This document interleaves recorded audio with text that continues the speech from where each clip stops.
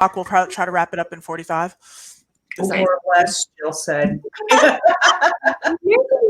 you think, Rose. I'm here for 4 hours if that's what you want. Do whatever. No, thanks. All right. Happy Nursing Week, everybody. Hope you're getting wonderful gifts from your agencies, your friends, your family, your hospitals. Today, we have Travel Nurses Across America to dig in to COVID-19. Now that it's a month past, there's all different kinds of things happening still. So we have Jill, Rose, and Kathy to get on here to talk about all of that, to answer all of your lingering questions, the new questions. So thank you, ladies, for getting on here to speak to everybody about this. I'm going to drop off so they can answer your questions. All right. Thanks, Rachel. Thank you. Thank you. Happy Nurses Week. Yeah, Happy Nurses Week. It's Nurses Week. We have our own Jill. Oh, we have our own Jill. So we should just do some intros. For those of you, this is our third one, but for those of you who are new to our Gypsy Live, we are representing Travel Nurses Across America, and we're taking time out to help educate the Gypsy nurse community on what we're seeing in travel nursing right now during this COVID crisis. And our goal is to give you what we know, to help you feel confident, to answer questions, to show you our incredible and deep appreciation and respect for everything that you're doing to make this situation better. So my name is Rose Fulton. I'm the Senior Vice President of Recruitment, and I've been in the industry for going on 16 years. So I'll punt it over to you, Miss Jill. Well, thanks, Rose. My name is Jill Eliassen. I'm the VP of Clinical Services at Travel Nurses Across America, and I have been a registered nurse for 22 years. Happy Nurses Week to all of you out there. Yesterday was a fun day on social media to see all the great posts of all the wonderful nurses. So congratulations to all of you. Good afternoon. I'm Kathy Kerstiens. I'm the Senior Vice President of Client Services. I've been in the industry for going on 20 years. And I too just want to say thank you to all the nurses out there. Happy Nurses Week, and especially a big thank you to our nurses, Jill, and all of our other clinicians here at TNAA. Great. Well, Gypsy helped us and gave us a temperature check on what were some of the questions. So they polled y'all, and we've got some questions to get us kicked off with, but we also have giveaways. So our marketing team has been working like incredible professionals with a definite like Santa's elf mentality to take care of all of our nurses out there in the field for Nurses Week. And we've got giveaways. So we've got 5 really cool t-shirts to give away. So for the first 5 people who ask us questions on this chat, there is a t-shirt coming your way, and Rachel's going to help coordinate information on that. So to just get us started, the first question that came in, the most popular question, which was, what does travel nursing look like this summer and fall? So Kathy, you talk to clients every single day. You've got extraordinary relationships and deep connections to the biggest hospital systems, the biggest VMSs, the biggest MSPs, incredible reputation. What are you hearing? Well, we are hearing things are starting to come back, which is wonderful news to all of us. We're starting to see our orders increase, which is very exciting, especially in ORs. So as the country is starting to reopen up, hospitals are having to adapt to the way they're going to be doing business in the facilities. Things are going to be very different, whether you're a nurse taking an assignment, or if you're a patient going in, or taking a loved one going in. So we're hearing the orders are coming in, and speed is everything out there right now. So lots more to come. Great. What about you, Jill? What do you think travel nursing is going to be like this summer, fall? Well, here I have a couple of quick thoughts. You know, we used to always experience the dip in the summer. The physicians who take 4 weeks off for their big vacations. Hospitals aren't going to be doing that this summer. They've spent their time without their elective surgeries, and their ORs pretty much shut down. So what I'm hearing on different researches and different sites is that that's probably not going to happen this summer. The ORs are going to be up and running, and hospital census is going to start to climb earlier in the summer than it has historically pre-COVID. I think to Kathy's point, one of the fantastic things that nurses can do across the board to make sure their file is ready and 100% prepared for the competition that they're going to hit a little bit is to, one, just ask about the facility and what what setting challenges have they had and what's different post-COVID than pre-COVID? Ask those pertinent questions if there's an assignment you find that you're interested in to the person you're interviewing with, and ask what the hospital setting is like post-COVID so the expectation is set. We can get into the profile preparedness and all that a little bit deeper in a little while, but I think that's a great start for now. Great. Extensions, Rose, that's a big please. one. So nurses, just know that if you have an extension out there, a bird in a hand is better than two in a bush, right? Because as things are going to take time, attended a conference this morning, and they're saying that it's the goals of overall the hospital system is their goal to be at 50% capacity by the end of June and be back to 90% capacity by the end of the year. So extensions right now are golden. And if you have one out there, I highly encourage you to take it until we get the orders up and going. Beautiful. Thanks for that, Kathy. Jennifer Patton. Yay! Jennifer, hey, thank you for jumping in on us. And we are so excited to get our cath lab nurses working. So I am excited that you're excited to get back to work. What we see from the recruitment standpoint this summer is that we've talked to a lot of y'all, and y'all are taking the spring off. So you guys are taken advantage of this time off. And we're hearing a lot of nurses saying that they really want to travel again in July and August. So that's what we're hearing from a supply side. We kind of look at the hospitals as the demand. We kind of look at the nurses as supply. Bear with me, it's business. And we also are very inspired by the fact that our nurses want to work. And we're inspired by the flexibility that you guys are giving to these units. And we are impressed as all get out that you've been able to hold on to these jobs and that you have weathered the term and cancellation storm, because it was real. We went through weeks of orders shooting way up. But those orders were like on quicksand, shifting sand, because facilities did not know what to expect and what was going to hit. So you're not seeing the big rush of orders, but the orders we have are way more solid, stable, and secure. So term and cancel rates are dropping with us, which I hope all other agencies are seeing it too.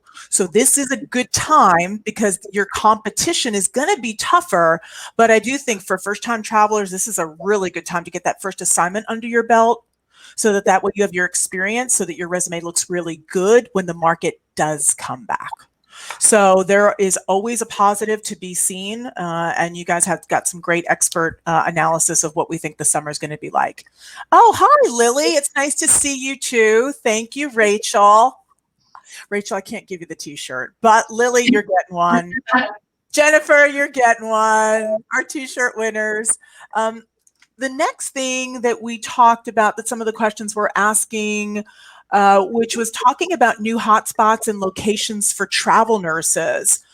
So we've been seeing that in a different way too, in that we've had clients, right, Kathy, reach out to us that are looking for staff that are not COVID related. Can you talk a little bit about that? Yes. So the COVID rates are gone, guys. For the most part, you're not going to get these crazy, beautiful pay packages that we were seeing here just a month, 2 months ago. It's going to be back to more of a normal market for us, both in terms of our bill rate that we get to charge our facilities, and then your pay rates are going to come back to a more normal rate. The pockets are kind of all over the place. Jill and I are here in Colorado, and we opened up last week with a soft open up, and now we've got other stores opening and salons and that sort of thing. So you're going to see different parts of the country where the hospitals too, the volume is going to pick up. We've got some pockets down in Texas, in Arizona, always our wonderful state of Washington, where we have a large hospital system up there that we work directly with. The Northeast is going to be picking up. Rose, you guys have seen this week the Massachusetts jobs. Our account managers are still staying very busy. And one of the things that we take a lot of pride in is that when we've got excellent nurses that work for Travel Nurse, we pick up the phone and we skill market you out. We may not have the order today, but we're going to find you that job. As the market starts to pick up, we will create orders for you. So just, going back to what Rose said and Jill said, flexibility, guys, is absolutely key in getting your next assignment. And not just in terms of your location, because that obviously important. If you went Dallas, well, right now I may not have a lot of Dallas, but I may tomorrow, or I might have Austin or San Antonio. So that flexibility piece is absolutely key for your next assignment. Great. Trisha, hey, Trisha. Oh, Trisha, you're going to get a t-shirt. And I know that's I know getting canceled 3 times really sucks, but take that as a consolation prize from us. Believe me, you've got a great heart, and I'm so happy that you're ready to get back to work. So I love your enthusiasm. Rose, you should sign it. I seriously, An autograph. I love you, Trisha. I love that. There's nothing like the work ethic of a nurse. Yes. And here we are in Nurses Week. And if there's any silver lining in this crisis, there's people who have more insight into what it is that you do, not just with your brains and your training and your extraordinary minds, but the big hearts that you have and all the compassion it takes to do what you do. I will say this, we should talk about specialties. So there are certain specialties that are hot, and there's certain specialties right now that are not. So when we talk about jobs coming back and we talk about term and cancel rates, our biggest jobs are going to be ICU. We're seeing ORs open back up, PCU, PACU. That is where we're seeing orders. Some med surg here and there, but tele, gosh, we're rooting for you. So all the tele, the med surg, the cardiac nurses, the rehab, all of that, we're watching that very closely to make sure that we get those jobs posted for you. Remember that depending on the hospital, 60, 70% of the hospital revenue is elective surgeries. So they have to get these ORs open. But hospitals are going to get billions of stimulus money. ORs are going to open. Things are going to get better. So have they been getting canceled? Vanessa, hi, Vanessa. I'm thinking about doing travel nursing, but worried about not getting any work. Vanessa, here's the ticket, is that it's so important for you to do your research agencies, really think about how ready you are, think about what you're willing to do, how flexible you are, get a hold of a good recruiter and have them advise you because they should be able to educate you about the market. They should be able to tell you where your specialty lands in terms of the demand right now. And if you put yourself in the good hands of a recruiter, they can really guide you through this process and how to make your resume look good and how to make sure you got your best foot forward and how to interview for the job and get it. So we've seen cancellations come down. There was a question too about call off, about what do I do if I get called off, which we'll touch on because I want to handle my feed. Oh, Vanessa, you're welcome. Nick Garcia. Oh, it's never a bad time to get your application in. As soon as the right job opens for you, you'll be ready to go.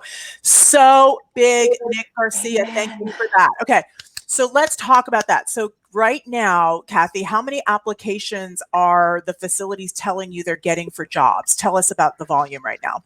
It's crazy, nurses. It's really kind of crazy, but these ladies know, as does my team, are very transparent and honest. Got several examples just in the last 24 hours of an order coming in or orders coming in.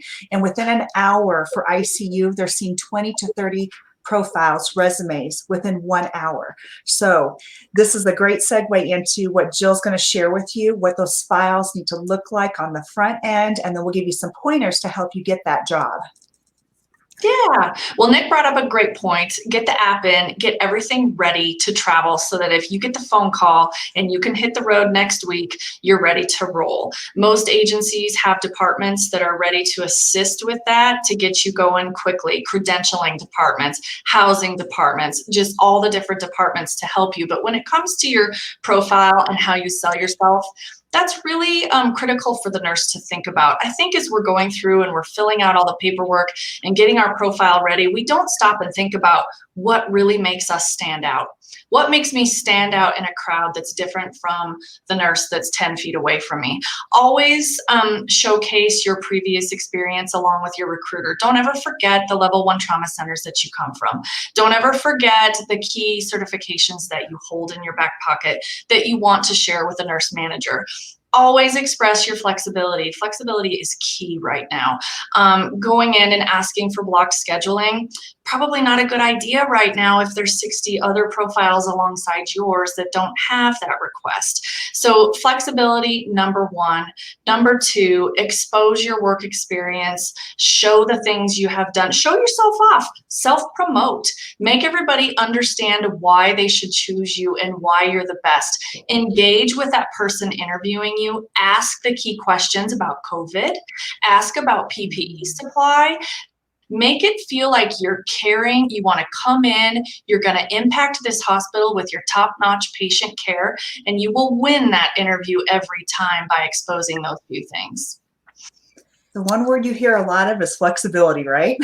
You're going to hear us say that often. And I'll just add on to that, Rose, if you don't mind, in terms of the time off piece, no profile right now that has time off is really going to get top priority. My advice to you is get into that unit, prove yourself, and work with your unit manager. And then if you need some specific days off, hopefully graduations will be happening this summer and that you'll have time to attend a loved one's ceremony. But right now, the time off is really a buzzkill when a unit manager sees that you need days and they need you on the unit. Remember, their nurses are tired, and that's why they're bringing travelers in and the volume's coming back in. So we need you to be at the bedside.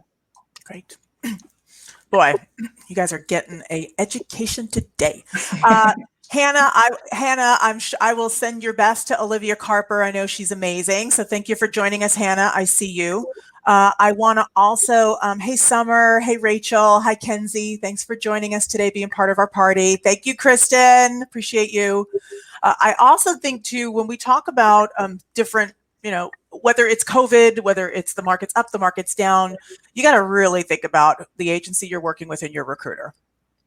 If your recruiter ain't hustling and is not calling you back and not responding, I mean, how aggressive is that company going to be responding on your profile?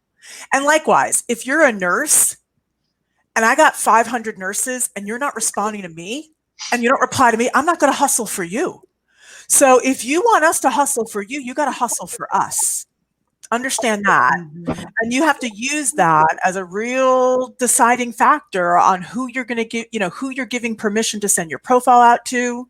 And really think about that, because you want to have yourself in trusted hands and you want to be having an agency representing you with professionalism no matter what the market's like. So the things that Jill and Kathy and I are telling you, these are basics. They're just more important now than ever because of a market we're in that changes. So I just wanted to make sure you guys were aware of that. We would give this coaching to a first-time traveler any day of the week, twice on Sunday. So it's just getting back to the basics on travel. We got a question about what comes after and what is life like after COVID. And that is such a massively big question. It's what's on all of our minds. And I can't let it go, even though I'm sure everybody wants to that's a really good question. We don't know.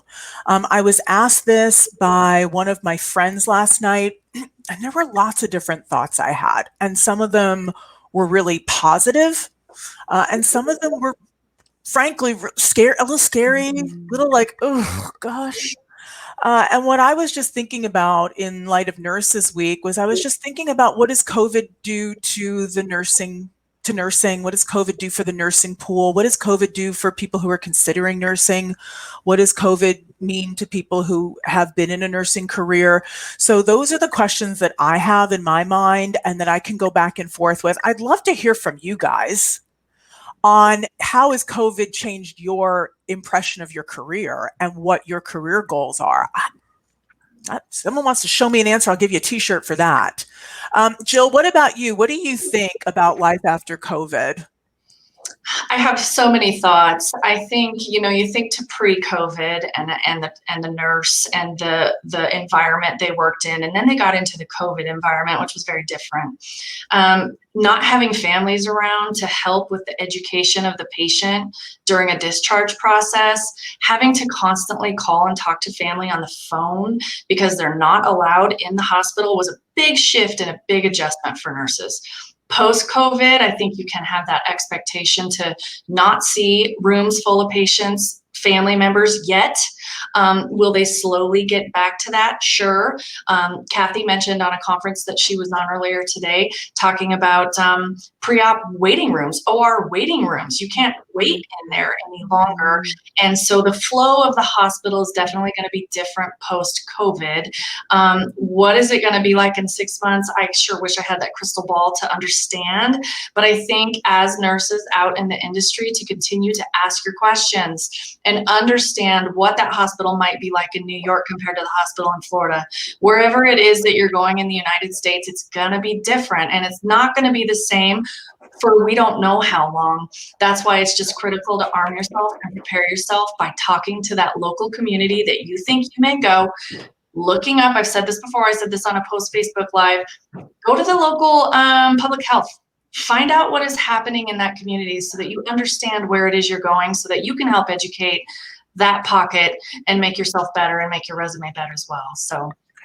So many thoughts there, Rose. It's hard to get it out in 2 sentences. It is. Thanks for that, Jill. Kathy, you want to take a stab at that? Yeah, I've got 3 Ps that come to mind post-COVID, and post not being one of them. I think that the priorities of the hospitals are really going to shift. I think that there's always been a heavy focus on the patients, but they've got to put these patients at ease, and they have to make sure that their staff is being cared for and that they're protected with the right PPE. I think protocol is going to change from the time you come in, like Jill's saying, into admissions. It's not going to be the way it was before, where you had a little entourage of family coming in and a prayer group while you go into a procedure. They're talking about they're going to have like a walkie-talkie system or a pager, and you are going to wait in your car until they're ready for you to come in. So I definitely think that you're going to see, as nurses out there, every hospital will be a little bit different, but I really think that their priorities and the protocol will significantly change around the patient. Okay, thanks for that. Christina, thank you so much. You're getting a t-shirt, Christina. I'm sure there will be more emphasis on PPE. Amen. Hallelujah. Yes. I'm a PAC URN just waiting on things to pick up. So Christina, positive vibes for our PAC URNs waiting for things to pick up. We're with you, and we wish you the best on your next phase and that things get back to normal for you. I think too, the PPE crisis is so intense, and what are you going to say, guys? It's like in the history of labor in any country, it takes and unfortunately, it takes a crisis, intensely negative outcomes for things to change. And I do pray that your voices are heard and that people really understand and that things definitely change on how PPE is produced, how it's distributed, and how we protect you. Hey, Rose, to follow on the PPE, I did see some interesting data last night that was really inspiring to me to hear and see, and I want to share with all the nurses out there. Some of our hospitals have up to a 50-day supply now, and that is just huge compared to the 1 day that we saw during the crisis, or the no PPE during the crisis. Let's admit we've all seen it. But we are really feeling in the clinical department at TNAA that those types of conversations have almost gone to nothing because our nurses have adequate PPE in most regions across the country. I cannot speak for every single hospital, but seeing that the average supply was up to 50 days is really just a nice sigh of relief for anybody out there working in the hospitals right now. Very encouraging, and yeah, a sign of relief is absolutely right. What Rose was talking about, if your recruiters aren't responding to you, if you're not responding to your recruiter, I just want to add, I manage the account managers and the client service directors here at TNAA, and these guys are on top of it. So they have great relationships with our strategic MSP partners. You guys know who you are out there. We thank you for your relationship, but we are able to get a lot of intel about the assignment before you go. And PPE is one of them. We want you to walk into an environment where you are going to be successful, and you can't be successful when you're worried about your own health at stake. Yes. COVID protocol. Ask what the facility's COVID protocol is. We said that on the first one, right, Jill? I mean, that was our first Gypsy. We've been doing these for this isn't 4 weeks. We've been on this for over 2 months on our first Gypsy live, which was probably 6 weeks ago, Jill. That was the first one, which is what is the COVID protocol in your facility, helping to coach you around what those interview looks like in this new world order. Thank you very much, Lily, who responded to my question around what do you think is going to be different, which was patient care will be different. We will require thorough screenings, more protection for staff, limited patients scheduled for elective procedures and surgeries. Thanks for the insight, Lily. Thank you, Karen Wilson. Appreciate you and your thoughts and your prayers. We'll take them all day long. I love that name, Araceli. That's pretty. You know something? I used to work with an Araceli, and I never forgot that name. And she had this beautiful face. I love the name Araceli. Okay, I'm interested in becoming a travel nurse. Do employers consider nurses without travel experience? Yes. So, Jill, can I turf off the experience question to you, almighty VP of Clinical? Sure. You know, it's obviously a facility specific requirement. We have, you know, there are hospitals across the country that will take a 1-year experienced nurse into a travel assignment. So you definitely have to find that specialty that it is you're wanting to travel in and understand that experience level that's required. Some of the high critical care specialties may require a 2-year, maybe even a 3-year line of experience on your resume. But if you've got that good ground basis, med surge, telemetry, PCU, for example, a 12-month year of experience is absolutely welcomed. Always think about the Joint Commission, things that they require from you.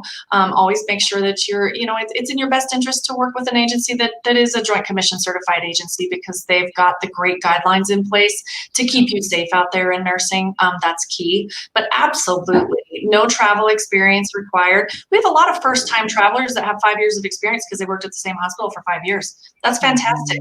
Spread your wings and go out and see what else is out there. Definitely. Hope that helps you, Araceli. Hope that gives you some confidence, or at least motivates you to take the next step, because we're going to need you. That's for sure. Christina, I love your TNAA recruiter, Donna Dixon, too. I love her. She's extraordinary. So thanks for joining our conversation today. Eduardo, here I thought nurses were recession proof. So did we. Yes. We did a session, Eduardo, on filing for unemployment. And when I tell you, we've all been bewildered at the fact that we have to know about unemployment now. How many of us are getting canceled? What are your thoughts on a second wave? We'll talk about cancels. So we have seen our term and cancels completely change over the last 2 weeks, and it is continuing to decrease significantly. So our term and cancels this week are projecting a 70% decrease from where they were 3 weeks ago. Yes. So we have seen ourselves, we're not back to normal. We're probably double what our normal number is, but our number of TNA is really, really, really, really small because we only work with the best nurses. Amen. So for us, we've seen it really change, Eduardo, but for sure, we have to remember hospitals have furloughed nurses around the country, and that has been an issue. And then we've got to wait for those furloughed nurses to come back, and then travel orders will come back. We have been so grateful that our nurses who are working, our retention of our nurses, I'm not kidding you, in a pandemic with things going crazy, our retention of our nurses is only down 10% in April. That's extraordinary. So when you get in, the nurses who are in the facilities, the facilities are keeping them 65, 70% of the time, depending on the nurse and depending on the agency. So we've been winning, and I'm happy about that. Thoughts about second wave? Jill, want to talk about that? Yeah, Eduardo, I hear you. I felt this back in 2009 as a flex pool nurse working in critical care specialties. I was like, why am I not working right now? I haven't worked a shift in 6 weeks. And it was really kind of alarming to me. And it's alarming to any RN who gets into nursing because there's a nursing shortage. Hello. And that hasn't gone away, Eduardo. So keep that in the back of your mind. Patients are more complex today than they ever have been. And they've all been told to stay home. There are a lot of critical patients who need hospital care right now, but they've been told to stay home. As we've now had 26 states reopen and start elective surgeries, that is going to change. I don't hold the crystal ball, again, like I say 1,000,001 times, on when this will happen, but I do have a couple of good signs of hope. We have internal clinicians at TNAA who still work in hospitals. And our one clinician who comes from the ER was begged to come in this weekend because they're getting so busy. Everyone is starting to go out and about again, and the hustle bustle is starting to be seen in some of the hospitals. This was on the East Coast. Here locally, where I reside in Colorado, the census in one of the local hospitals is almost up to 85%. So to Rose's point, some of the furloughed staff and the float pool staff will come back in first. But then it's time to get on to the travelers. And then I also think, just one more thought on this one, some of the hospitals have really exhausted nurses. They have worked through COVID. They are working 5 shifts a week. And some of these facilities are allowing those folks to take an extended time off, and they're using contingent staff for those. So keep that in mind. Don't give up hope. It is coming back. It is going to come back. And we're really hopeful to see that come midsummer and towards the end of summer. So hang in there. It's Hang coming. in there. Hang in there. Yes. I've got all these screens. Kathy, do you want to add to that, or are you cool? I'm just going to add one little piece to it, and it goes back to the extension piece. And Good, if 'cause you I are, could use the time. yeah, Just so double if you my are inbox. so fortunate because you're an awesome nurse and you're being extended at a facility, I'm just going to touch again. I don't like talking about rates, but I have to talk about rates because of my transparency.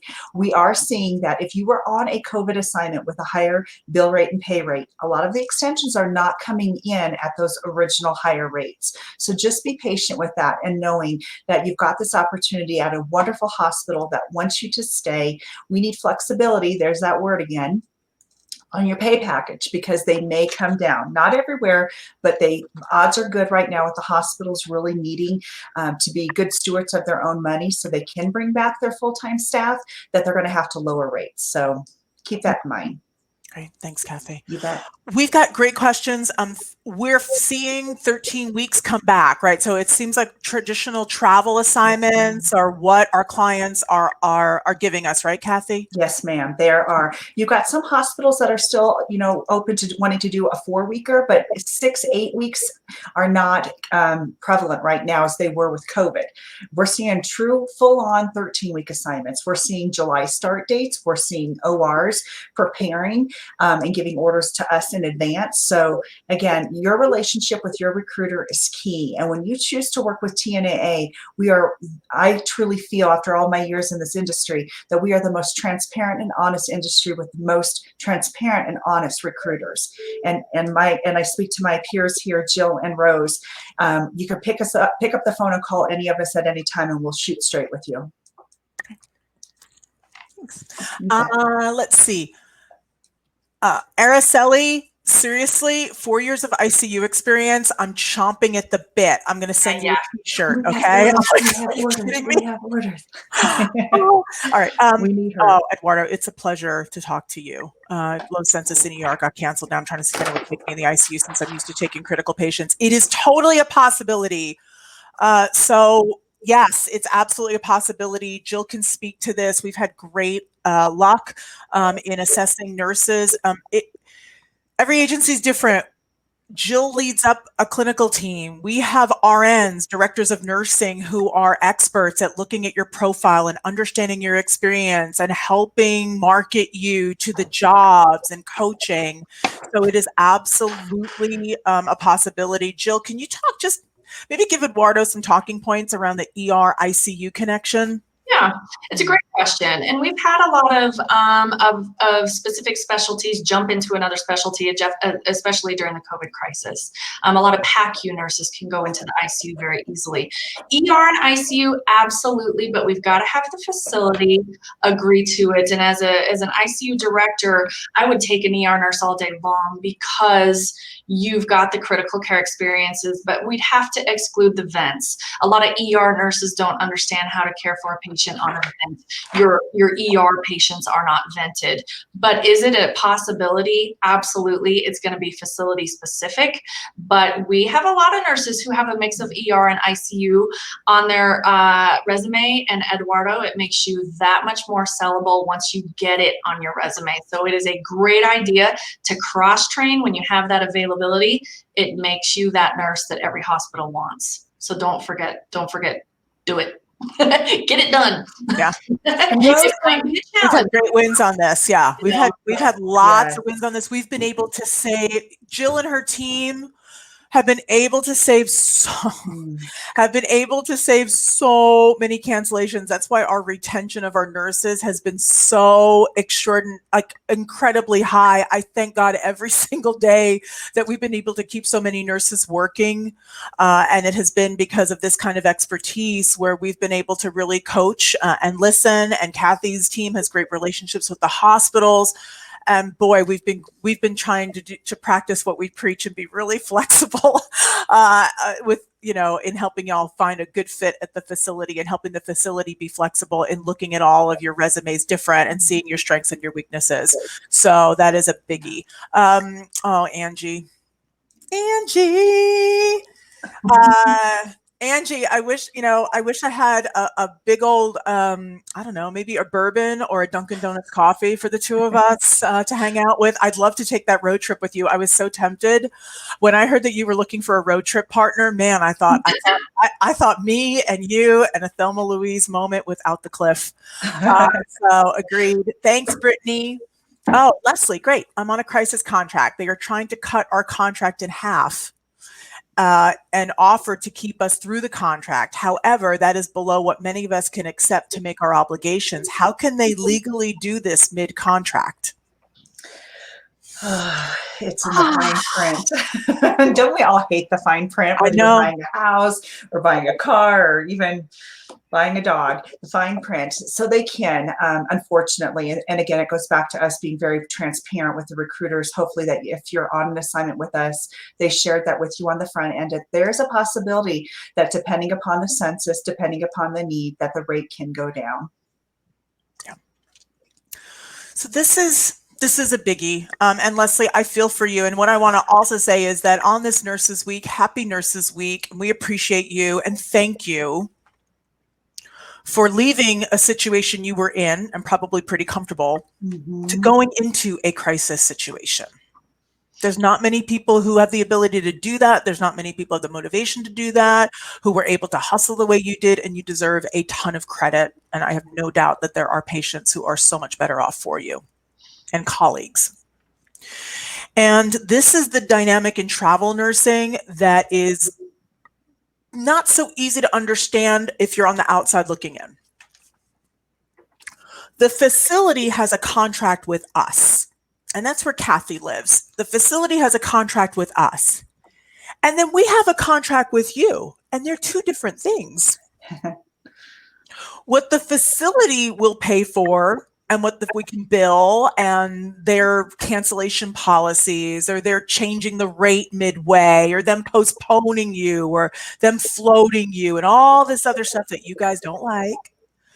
That is a facility contract that we have to read and navigate, and Kathy and her team and every agency has to make decisions of whether or not that contract is something we can work with.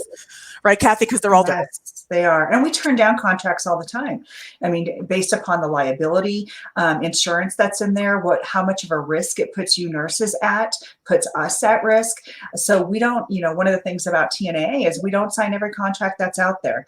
The ones with the COVIDs, we try and get that in writing up front, and we try to be very transparent with you to let you know that things can change midstream. If they're trying to cancel your contract in half altogether, meaning that if you initially signed up for an 8-week and they're only wanting you for 4, do not be shy and ask if you can go to another facility within that health system. We've had great luck out in New York and New Jersey with that happening, where obviously the census has gone down pretty rapidly, more so than we actually thought it was going to. And so we have been able to save a ton of nurses thanks to Jill and her team getting on the phone with you as a nurse, and we coach you. And then we get on the phone with the hospital and we coach them. And we say, don't lose this wonderful nurse Rose you've got here on your unit tonight. She's willing to drive another 20 minutes across town just to keep her job. So be an advocate for yourself, but don't be afraid to ask us for help. Yeah, speak up. And Leslie, too, it's just every agency is different too, right? So every agency has a different package. Every agency has different benefits. Every agency, determines how they're going to break out the package. So there was a question here about cancellations and call-offs. This is so important, right? There's a difference between my contract was canceled, like they're telling me they don't want me anymore, to my shift was canceled. I was called off. So you have to really be an educated traveler here and understand the differences and understand the contract you're signing. Is your agency going to offer low census protection? Is your agency going to offer, what are the guaranteed hours for that contract? Kathy told me today that there are some of these contracts that are coming in. They're not guaranteeing hours. So you have to ask your agency, what are you going to pay me if I'm called off? What's the policy? If they tell you it's what the hospital states, you better find out what's the hospital's call off policy. So not every package is created differently. We have a very different philosophy around this. We have a pay package called Prime. It's got low census protection. It pays for your hourly and your subsidies, your M&I, regardless of what the facility contract states. We've got a contract called Max Cash, and Max Cash honors what the facility call off policy is. So, the facility says they can call you off twice in 2 weeks, then that's what the facility contract is. If they call you off more than that, we'll pay you. So ask. In these times, ask. And if you've got a recruiter who doesn't know, you got the wrong recruiter, right? If you've got somebody who isn't being straight with you, who doesn't know the answer, who's BSing you, who's avoiding it, you've got the wrong recruiter. You don't want to go and travel in a time like this without people who are solid and without people who've got your back. So that's 2 cents. We have been hearing from lots of nurses who've been canceled by other agencies, and they can't get the recruiter back on the phone. They got it in a text, or they can't get the information that they need, or they're left a bit high and dry. And that hurts. That pains my heart, because being canceled is emotional enough, let alone not feeling like you are able to rebound fast. And that's important that you guys know that you should be asking those questions, and we can help you with that. What else? Who else has questions out there? You're very welcome, Leslie. Any other questions out there? I'm looking at my little cheat sheet. Oh, hey, Mary Agus. I know this is random, but I'm feeling it. Mary Agus was a nurse who contacted us, who was a psych nurse who wanted to cross train, and she was on our last Gypsy Live, and I looked her up in our database, and we didn't have her. So Mary, if you're out there, reach out to me, please, because I'd love to talk to you. Okay. Kim, amen to that. Amen to you, Kim. Thank you. Leslie, I never had a rate change mid-crisis or not. The new rate is less than what I've made in some time. And I appreciate they are trying to keep us, but we can't afford these rate cuts. And that is absolutely fair. You're a professional. You've got a skill set. You've got to make your decision completely. We would, I hear what you're saying. We're looking in some of those too, where we're as an agency going, whoa, you want this nurse this fast, and you want her to go into this situation, and you only want to pay this. Yep, we're not the agency for that. Probably not the agency. Probably not the agency. So what were the other thing? What else, guys? QA, Rose, can we touch on that? Yeah, please. So we keep track. We have an amazing QA team. And so for those nurses that are out there, who here at TNAA, we have tremendous pride in, starting with their leader, Shannon. QA requirements are tightening back up, right, Jill? We are going back to pre-COVID requirements. So getting in fast and furious and not having to have a state license or meet the requirements that a normal traditional travel assignment would ask for is really being tightened up. Anything you guys want to add on that? That was one of the things that I needed to share with y'all. That's a good one. Yeah, I think you nailed it. Always look at the state Board of Nursing for any updates and changes there. I know that the New York State just extended their licensure out until June because so many of our states lifted the licensing requirements. So you can have any license to go and work in that state. We all have high hopes, and we're crossing our fingers for national licensure post this pandemic.